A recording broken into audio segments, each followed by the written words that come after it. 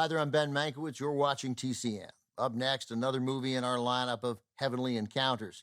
This is one of the most famous Hollywood stories of divine intervention. 1977, John Denver and George Burns star in Oh God. Screenwriter Larry Gelbart earned an Oscar nomination for adapting Avery Corman's novel, the story of how God, played here by George Burns, then 80 years old, enlists the help of an assistant grocery store manager, that's John Denver, to rebuild not only humanity's faith in him, but also in itself. But John Denver, a singer-songwriter making his movie debut, has a difficult time convincing anyone that he's God's messenger on earth. It's not a thing people easily believe, unless you're starting a cult, in which case it seems pretty easy. It doesn't help that Denver is the only one who can see George Burns, a.k.a. God. It also doesn't help that his character's name is Jerry Landers. I find it hard to believe that God's chief messenger on earth would be named Jerry. Oh God is a throwback to heavenly comedies of the 1930s and 40s, pictures like the 1941 film Here Comes Mr. Jordan, the Ernst Lubitsch 1943 film Heaven Can Wait, and even Frank Capra's It's a Wonderful Life from 1946. Audiences in 1977 responded enthusiastically to Oh God, largely because of George Burns. He played a clever God, a charming God.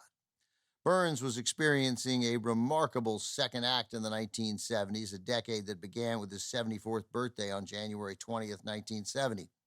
His Oscar-winning performance in the 1975 comedy The Sunshine Boys led directly to landing the lead in Oh God.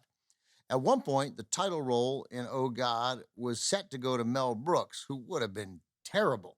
I mean, that casting would have been a little too on the nose, because Mel kind of is God. Prior to the Sunshine Boys, George Burns hadn't appeared on the big screen in nearly 40 years.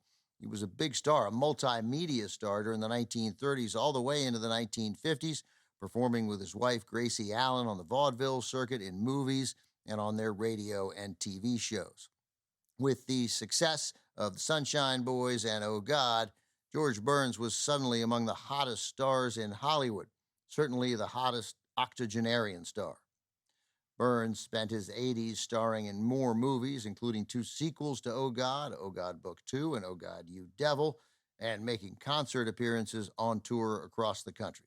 From Warner Brothers in 1977, also with Terry Garr, Ralph Bellamy, and Paul Sorvino, directed by Carl Reiner. Oh God.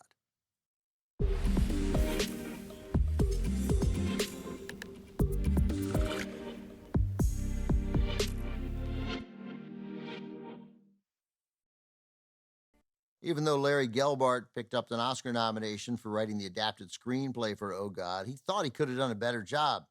Gelbart said it was really a first draft, and he was pretty sure he'd get a chance to improve it. But the script was good enough for an Oscar nomination, and it went over well with critics and audiences, who turned the movie into a huge box office hit. Everybody fell in love with George Burns' wry, grandfatherly portrayal of God.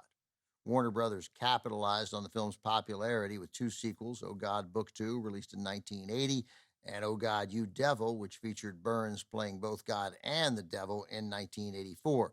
But neither Gelbart nor director Carl Reiner continued with the sequels, arguing that it pushed the bounds of credibility that God would come to Earth more than once, which seems like a peculiar place to draw a credibility line in Hollywood. John Denver, by the way, didn't do the sequels either. Coming up, Angels Come to Earth in Berlin, in a powerful fantasy from 1987, written, directed, and produced by Wim Wenders. Wings of Desire is next on Turner Classic Movies.